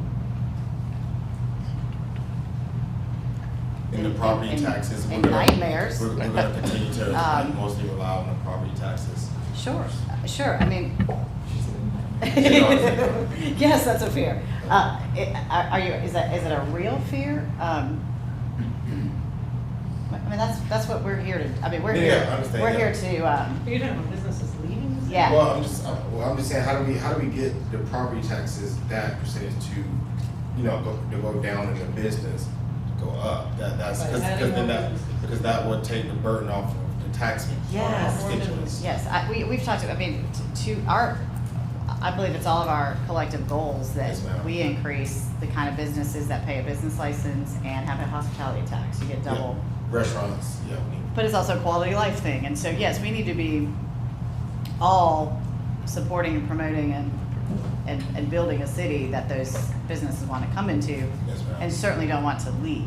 You know, Yeah. yes, there's going to be some change over time, but no, I don't think it's, Byron, the majority of our business license may come from in-city businesses. There are out-of-city businesses doing business here. Oh, okay. A lot of it, yeah, that's true. Most of it, Okay. yeah. But I mean, you see, I mean, we lost Henry's. We all know that. That's a hit.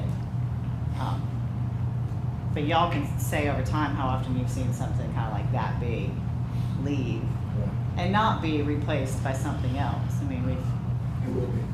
and we have other businesses that have come in that weren't here a year ago, and that's why we went over that too in one of our work sessions. I mean, I'm not saying it evens out. We certainly love for it to get higher and not go down. Some years it may go down, but it's just the nature of the businesses that are coming in. So that's why I think our focus needs to be on that for the future. I mean, you have bad years, you got to deal with the bad year, but how do you then focus on having a bunch of good years after that because of the kind of growth and development you're doing? Yes, ma'am.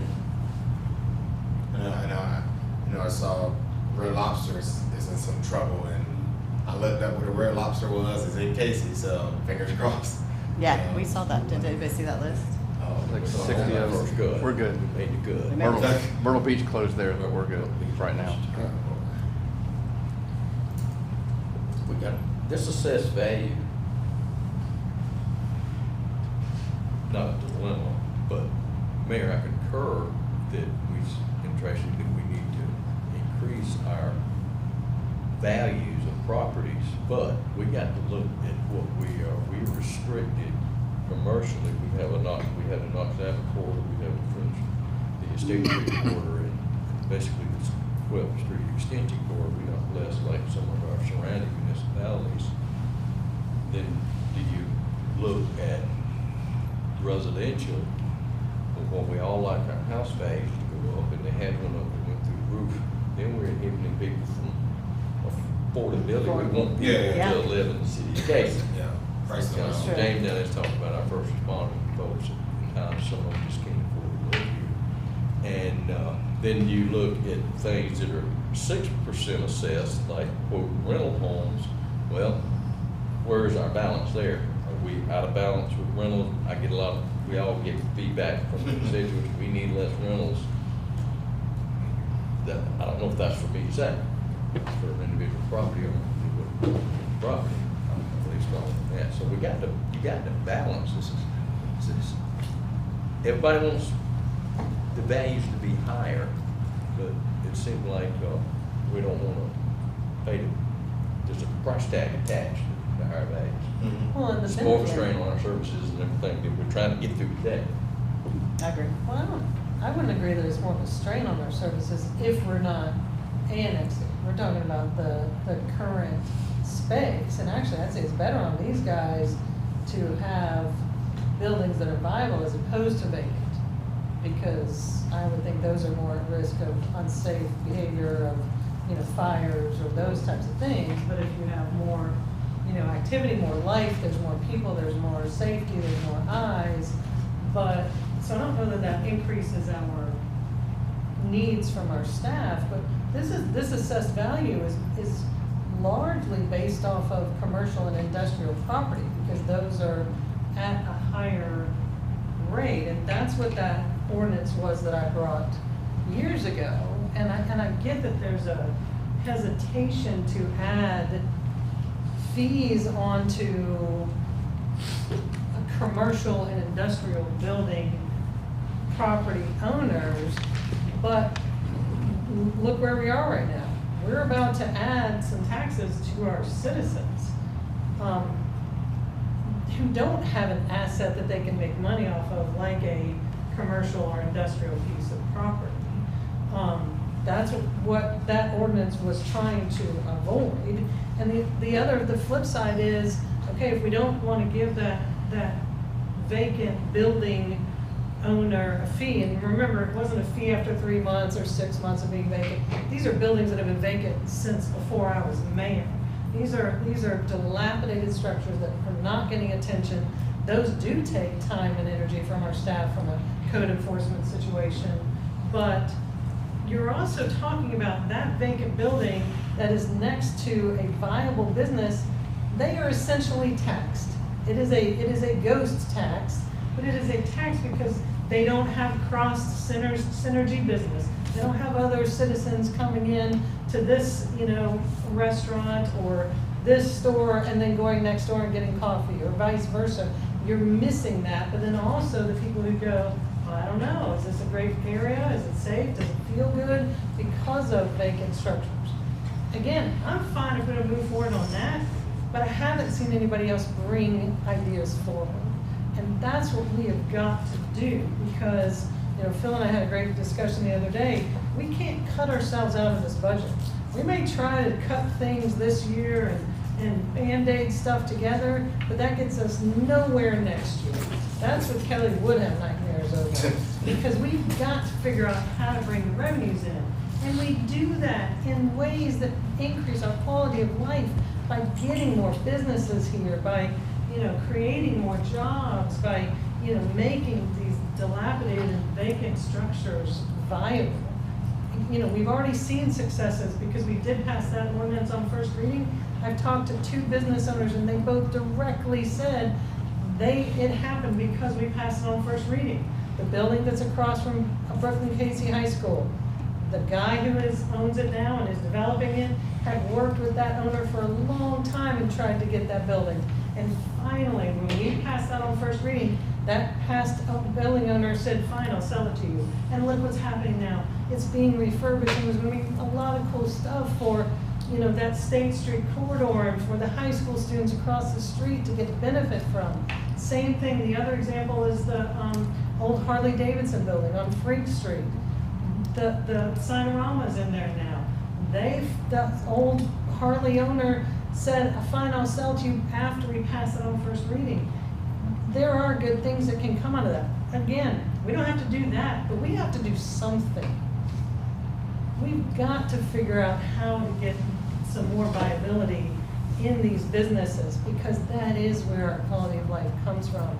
But it also then helps to take the pressure off of our citizens and helps to prevent us from having to keep taxing them. The mayor's right. The mayor's 100% correct.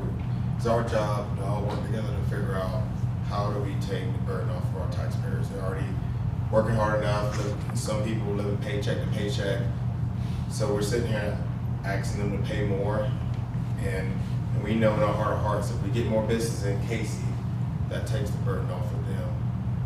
So, I've told y'all plenty of times, I'm willing to look at options to figure out how do we get the vacant business owners to the table and figure out what do we need to do? How hard can we work to make it easy for them to get good business into their properties? So then we're not sitting here asking our citizens to give us more of their hard-earned money. So, Mayor, I thank you for trying to find solutions, and it's our job to find other solutions to figure out how do we fix the business problem in our city. And Mike and Tracy, I know I've emailed y'all. If y'all can give me that list of the vacant property owners, I want to forward to see what I can do. That's all I can do right now till I can think of any solutions that you thought of. And I know there's 2 cities that have done that ordinance, Aiken and It's across. Yeah, and everything. So I want to do that, to take the burden off of our taxpayers. And I'm not sure what Tim or Phil and Hunter, y'all's idea is what we can do to help Tracy, Jim, and Mike. But next year, I don't want to be sitting here having this same discussion. I feel very vulnerable for our citizens, and I feel for them right now. Because no matter what we do, inflation is still killing everyone in this country. So next year, we don't need to be sitting here like this. We need to grow. Tracy, where are we at as far as the FTEs that we were looking at? Because one of those. That is the answer. That's good. One of those that we support you, that totally goes in all this, is that in this? Or, okay. No. And we've just been able to barely talk about getting it proposed for you. But that is something that you strongly support. I do. I think that. Because this guy here keeps saying for y'all three, you can't continue to do it. You gotta have somebody to be able Because to you see help where we out. are, yeah, I mean, that's, Yeah. so, yes, Yeah. I do agree. I think if we can start to focus on, that type of economic development, and that become a goal and priority of the city, and that is how we can start to do all these things and not be here next year. Yeah. I can't promise we're gonna catch up, $3 million in a year, but it's got to be a strong, sole, prioritized focus of y'all's, and then a person that can focus on only that. Yes, I agree. It's being brought forward. It couldn't get done kind of in this timeline, but. I'd like for us to really talking to you guys in the past about that. You feel strongly that this is something that could help you to be able to not only conceptualize but be very strategic about the approaches. Yeah, I think it's very much about, kind of staying persistent on a task. Right. Keep calling that building that isn't answering Right. Yeah. lease calls back. Keep calling them. Call them every day. Yeah. So I agree. It's high on our list. It's just I not really, in here. I really wish that you would think about that, because I think that's an answer to the many concerns that you have every single day. And certainly it's probably a huge return on investment. I was just gonna say that. It will pay for itself quickly.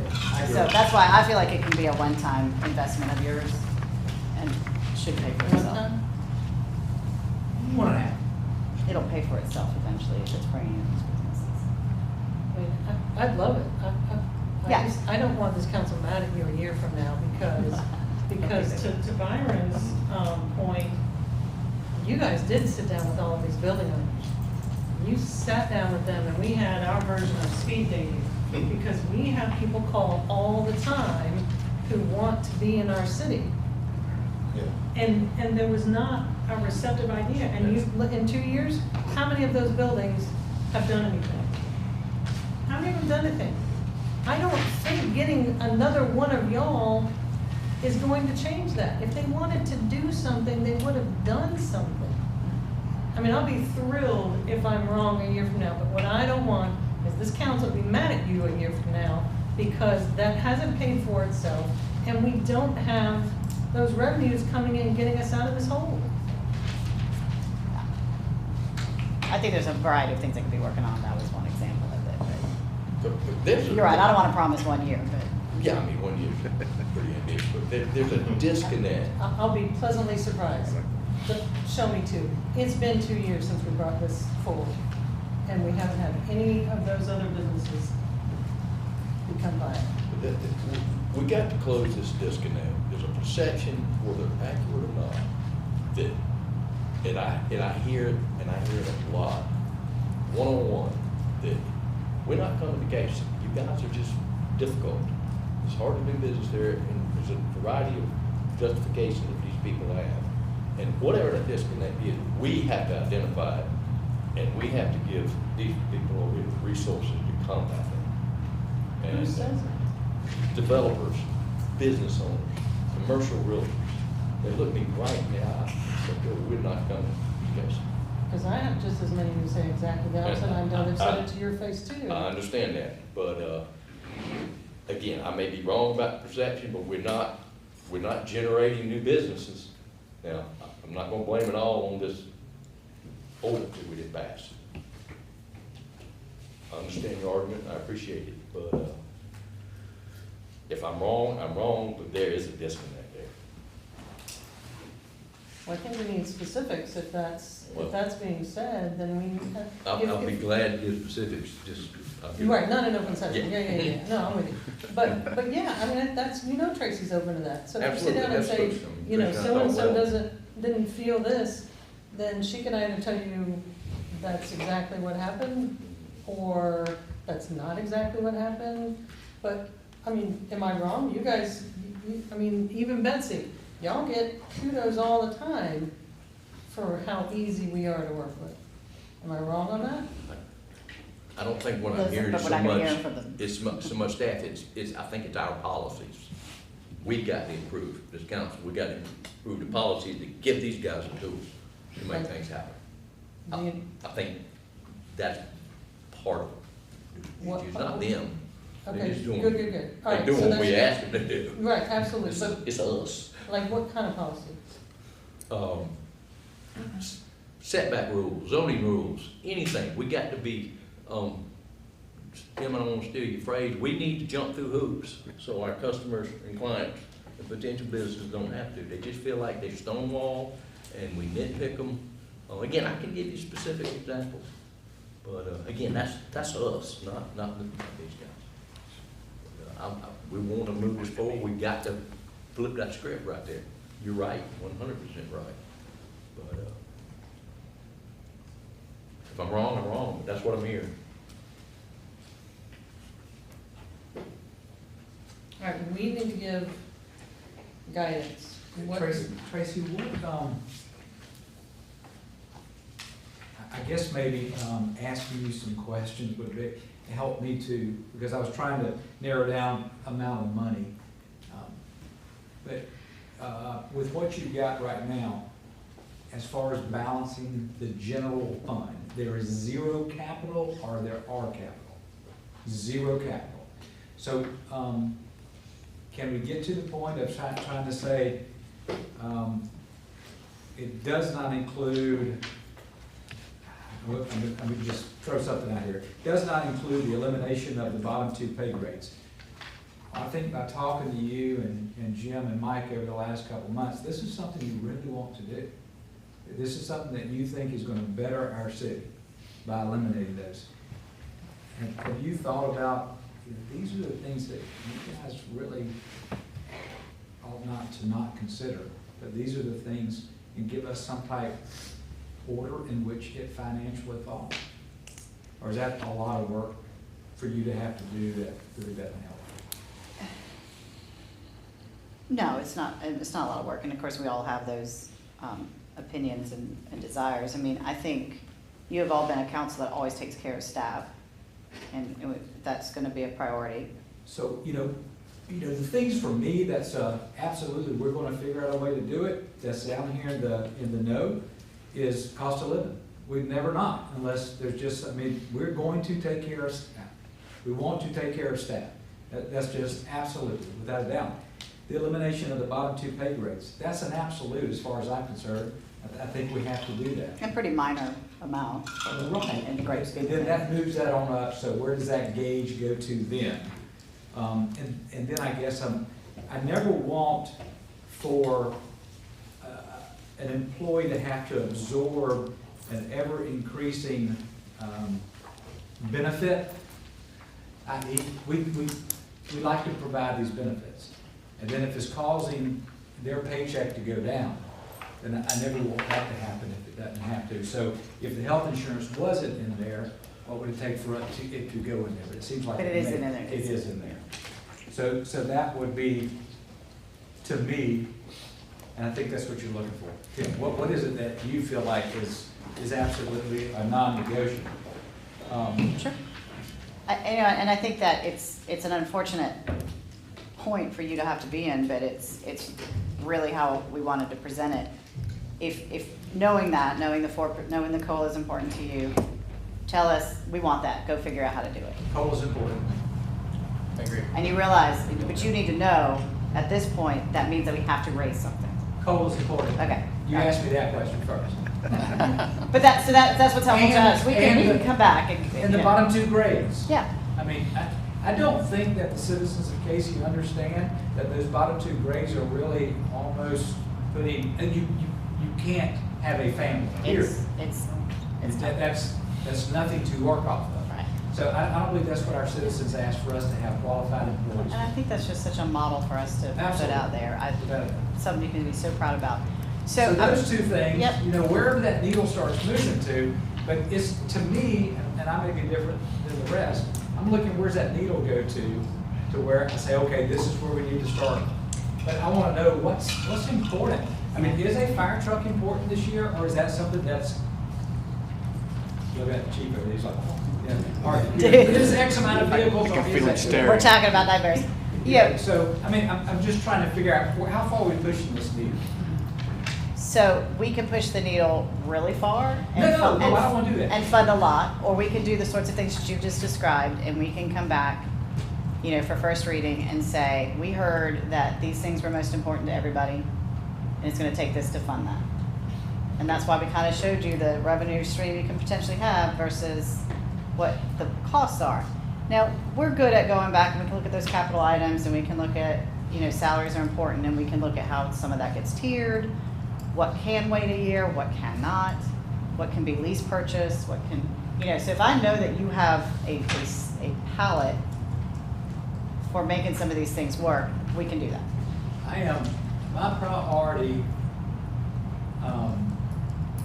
is to care for, to recruit and retain the most qualified staff that we can. Because then, what that means is, you're minimizing turnover, you're minimizing costs for training, you're minimizing tearing up of equipment, you're minimizing your headaches, you're minimizing everything for great services to our citizens. So We can do that's that. where I would be very interested in looking at funding's going. We can do that.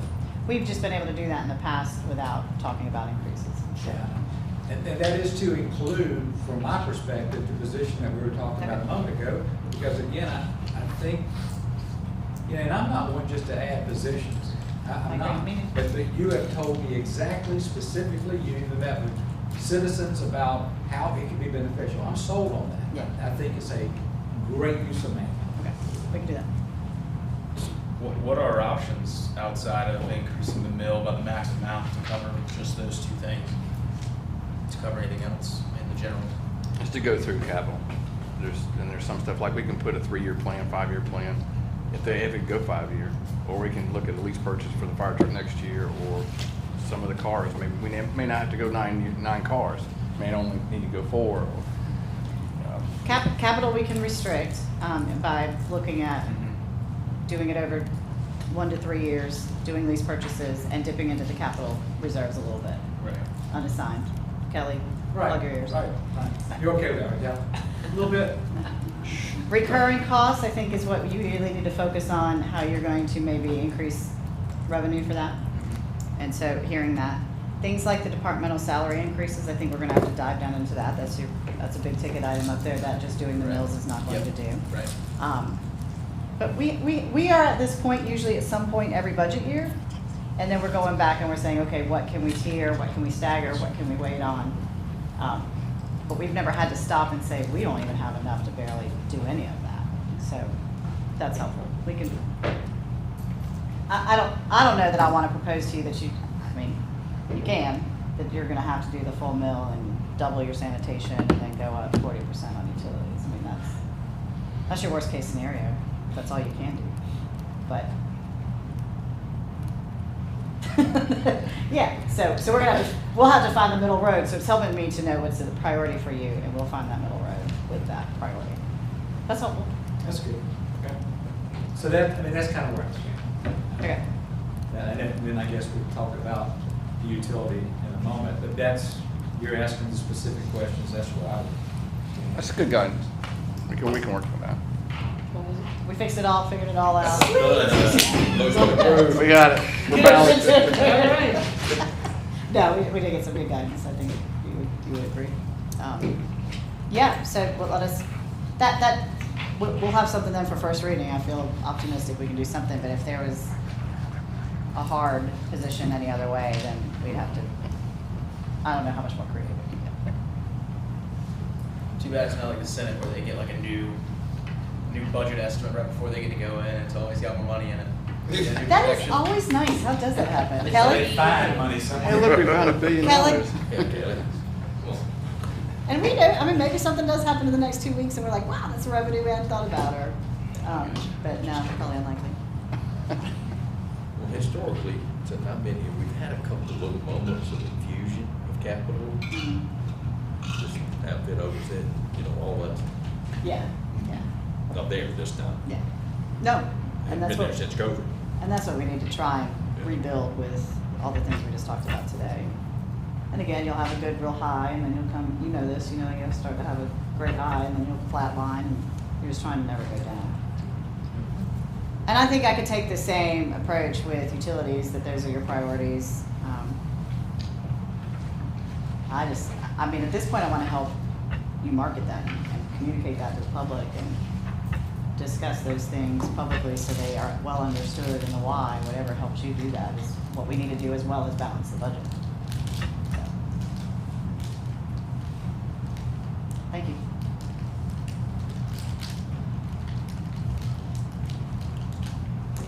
What's next? Utility guidance? Be here.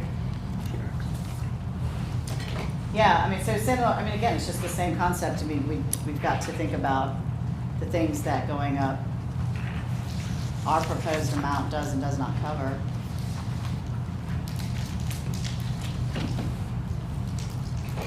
I know you want to take care of their staff.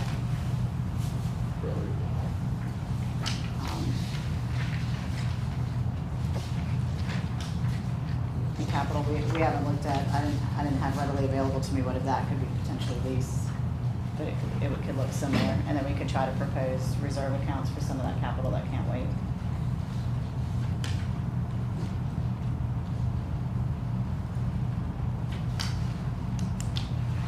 Do you have a sense on the rate increase options? It seems like option C, even though it seems like it's lesser and more long run, and ripping that Band-Aid off, as someone told me, Lord have mercy, our heads will all be chopped off. I mean, yeah, that's your world. I'm not.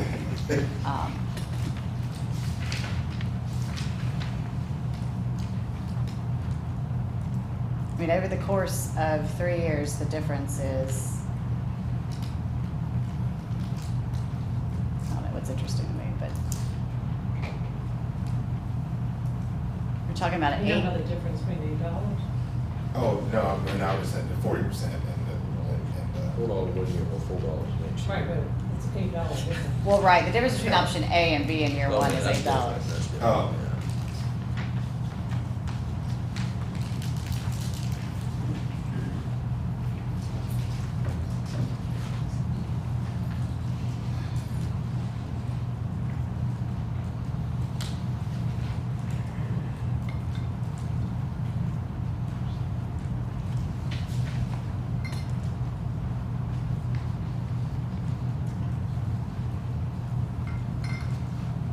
After you're the math guy, you have any good ideas?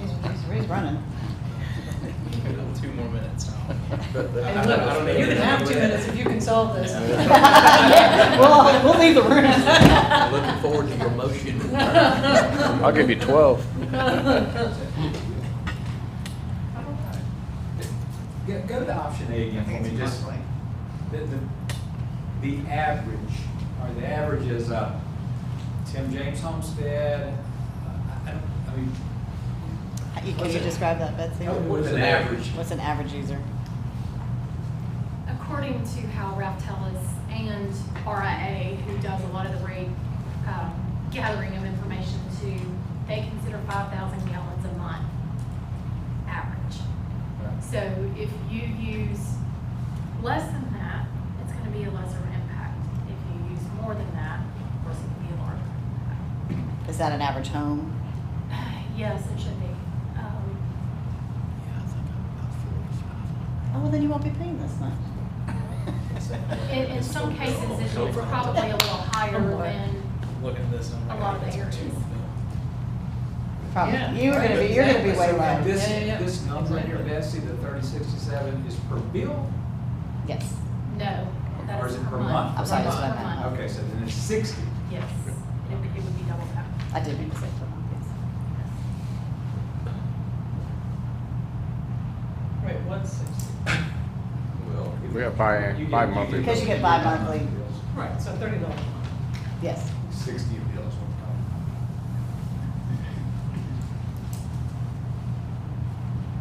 Really, in year one, we're looking at $264 difference compared to 168 in options B and C.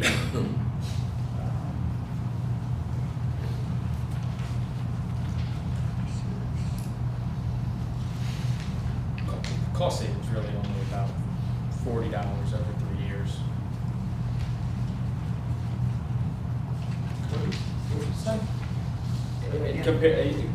And I'm speaking really kind of to myself out loud down here, but essentially the way I just did the math, you know, it's cheaper if you do option A in the long run, but it's only about $40 cheaper in the long run, if I'm doing my math right.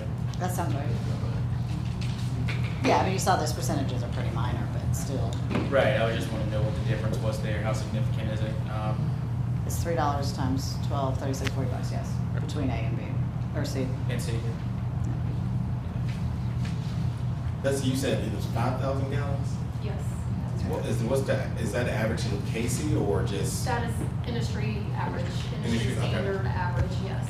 And, you know, probably, we can get some probably more specific information. Kay can pull some records, you know, to look at an average, but if you look at your bill now, and you look at how much you're using in a 2-month period, then you can get a pretty good idea of what your increase will be.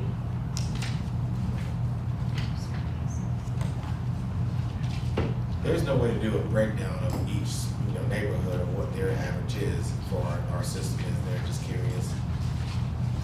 It'd be pretty labor intensive, I would think. Very. Pretty crazy. One person within there is. No, that's- Maybe, would it help to take like a 1,000 square foot house and, I don't know if that's the way to do it. If you look at this current bill, she shows the average of 56.15. That's per month. You double that, and then you add your sanitation fee. That would be $139.24 a month. Mine and Deborah's bills is almost $90 bi-monthly, to the penny. But there's two of us, and we do the same So you're thing. using less than this average of So, 56? yeah. You're $45 a month? Correct. For 2 years? Nice, Correct. that's great. Correct. And I would say, I mean, That'd be nice you know, and it affordable. depends on how much water No you way. use. So if you only have 1 or 2 people in the house, you're typically gonna use a lot less water Yeah. than somebody that's a full family. Yeah, that's really amazing. So that would be a $50 a month increase for me. No, because you would Not be the paying average. this amount, yes, yeah, you're not the average. The average would be a $45 Yeah. per bill increase on A and a $28 increase on B on average per bill. What would help you then is to take your bill and add 40% to it or 25% to it and then figure out the difference. But you'd be a little bit less than this than that. Hunter can do that like that.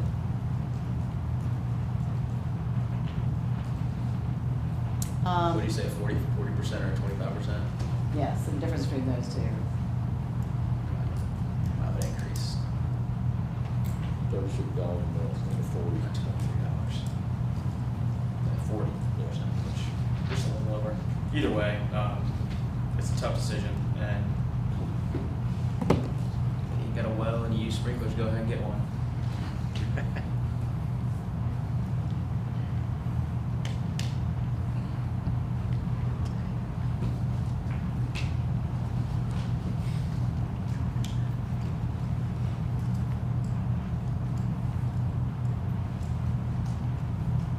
I don't think. Tracy, what does that 2246 per month bring in to the city budget in city? Where do you see that? Somewhere, but how much is that? Is that Got a hand $22.46? If that was implemented per month, what does that mean to the budget? It's an increase of about 3.5 million. 3.5 For a million? year, for a year. For the next year. Okay. Oh, thank you. All right, thank you.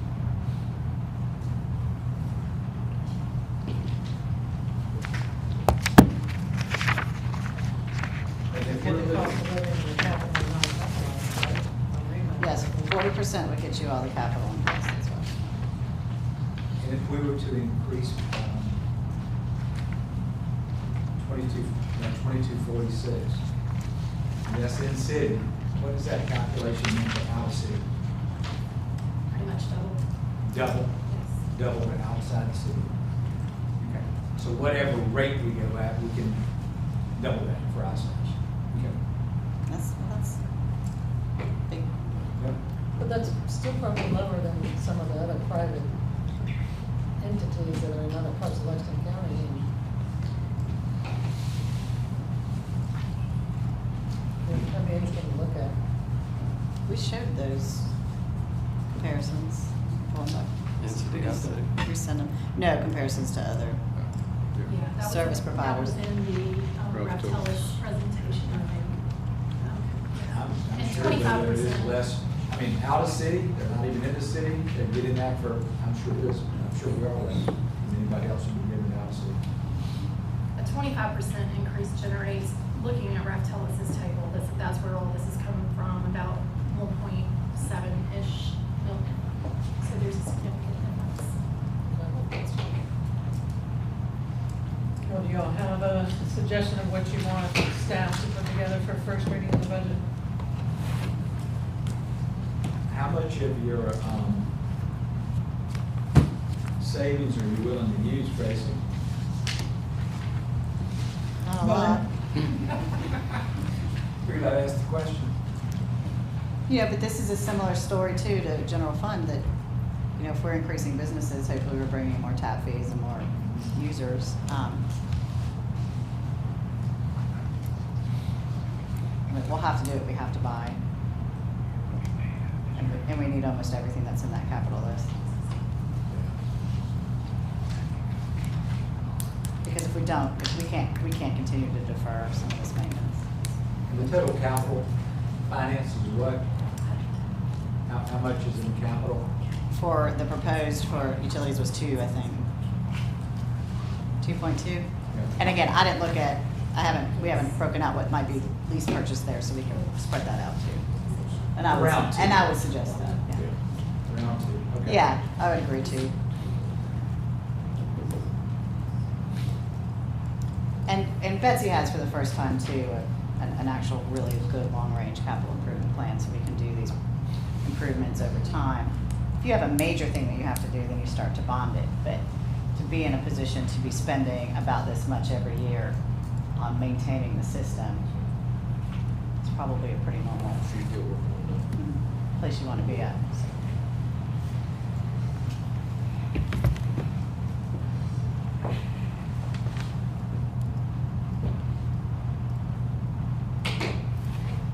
Anybody have a thought on what they?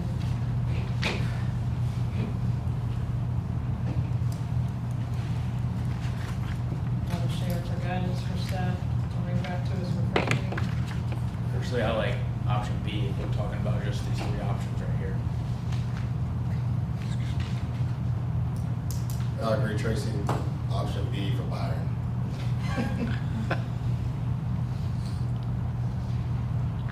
It's a good start. In the middle, drop the bonds,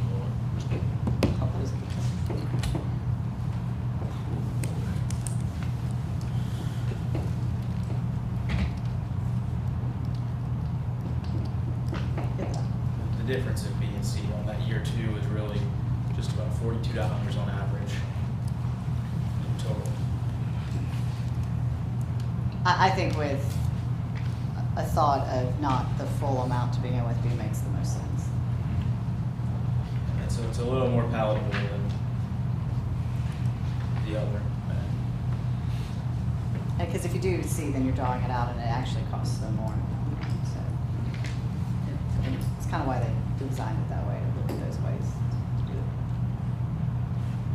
And you're getting to what you need to have fully in 2 years versus 3. That's a benefit to the system too, to be compile, you know, it's compiling that money faster, so it has a better impact. I agree, Tracy. And then it'll allow our constituents to see, hey, in the year 2026, it's gonna make that jump, but it gives people time to prepare. especially those that are already working really hard, but they're living paycheck to paycheck.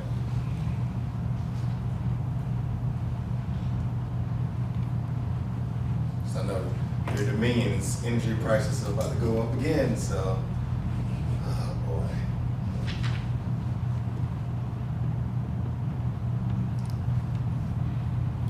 Other thoughts? Any other guidance for staff? Do y'all need anything else from us? Does that help? Now, that tells me what revenue we can work with.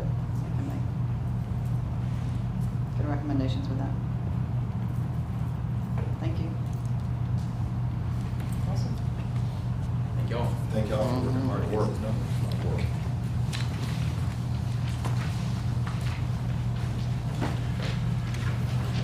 You brought this over to us. I know that's not your handwriting, is it? I was about to say. Yes. Oh, and did you answer him that you think, real quickly, in 2017 at 1350, 72%. you're about 72% funded?